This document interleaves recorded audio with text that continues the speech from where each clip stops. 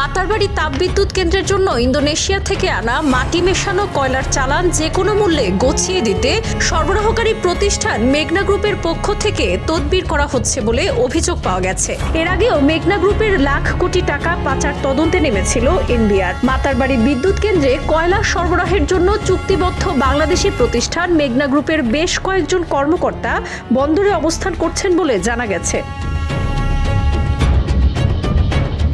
Oriented orchid নামের জাহাজে থাকা মাটি মেশানো আরো 40,650 টন কয়লা তদবির করে তারা আনলোড করার কৌশল আঁটছেন বলে সন্দেহ করা হচ্ছে। এদিকে দ্বিতীয় জাহাজের কয়লাও আটকা পড়ার আশঙ্কায় দ্রুত সরবরাহকারী প্রতিষ্ঠানের সহযোগিতায় যেটিতে আনলোড করা হচ্ছে। মঙ্গলবার পর্যন্ত 57,000 টন মাটি মেশানো কয়লা আনলোড করা হয়েছে। লিমনিওনাস নাসাও নামের দ্বিতীয় জাহাজটিতে 70,000 টন কয়লা রয়েছে। দ্বিতীয় জাহাজের কয়লাও প্রথম জাহাজের কয়লার মতো আনলোড করতে না দেওয়ার আশঙ্কা থেকে সরবরাহকারী প্রতিষ্ঠান মেঘনা গ্রুপ বন্দরের শ্রমিকদের সঙ্গে অতিরিক্ত আরও শ্রমিক নিয়োগ দিয়েছে।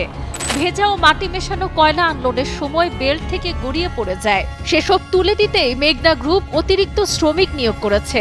মাটি মেশানো কয়লার চালান নিয়ে শুরু থেকেই প্রতিবাদ করে আসছেন বন্দরে পণ্য লোড আনলোডিংয়ে নিয়োজিত শ্রমিকরা।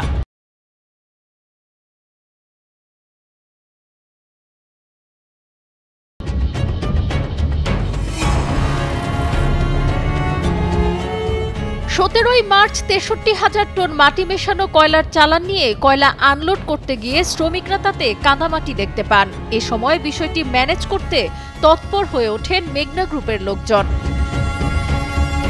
শ্রমিকরা বলেন, গত 3.5 মাসে অন্তত 12টি কয়লার চালান এসেছে, কিন্তু এবারের এই 2 চালানের মতো খারাপ কয়লা আর আসেনি। এতে যে কোনো সময় কেন্দ্রটি বন্ধ হয়ে যেতে পারে। শীত শেষে বিদ্যুতের চাহিদা অনেক বেড়ে যায়। এ অবস্থায় মনে হচ্ছে মাতারবাড়ি তাপবিদ্যুৎ কেন্দ্রটি বন্ধ করে দেওয়ার ষড়যন্ত্র হচ্ছে, যাতে বর্তমান অন্তর্বর্তী সরকার বিদ্যুৎ সংকটে বিপাকে পড়েন।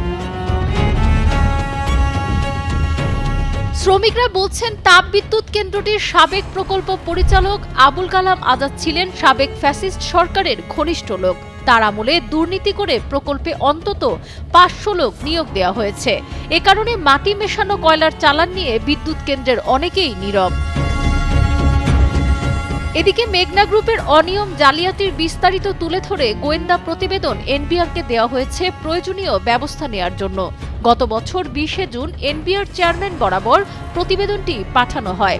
তাতে বলা হয়েছে, মোস্তফা কামাল 2000 থেকে 2020 সাল পর্যন্ত 21 বছরে আমদানিতে 79,762 কোটি টাকা আন্ডার ইনভয়েসিং, শুল্কায়নযোগ্য পণ্য মোটরযান নৌযানের বিপরীতে বাধ্যতামূলক বীমা পলিসি এড়িয়ে গিয়ে ন্যাশনাল ইন্স্যুরেন্স 1,519 কোটি টাকা, সরকারের ভ্যাট, স্ট্যাম্প ডিউটি ও ব্যাংক কমিশনের 1000 কোটি টাকারও বেশি আত্মসাৎ করেছেন।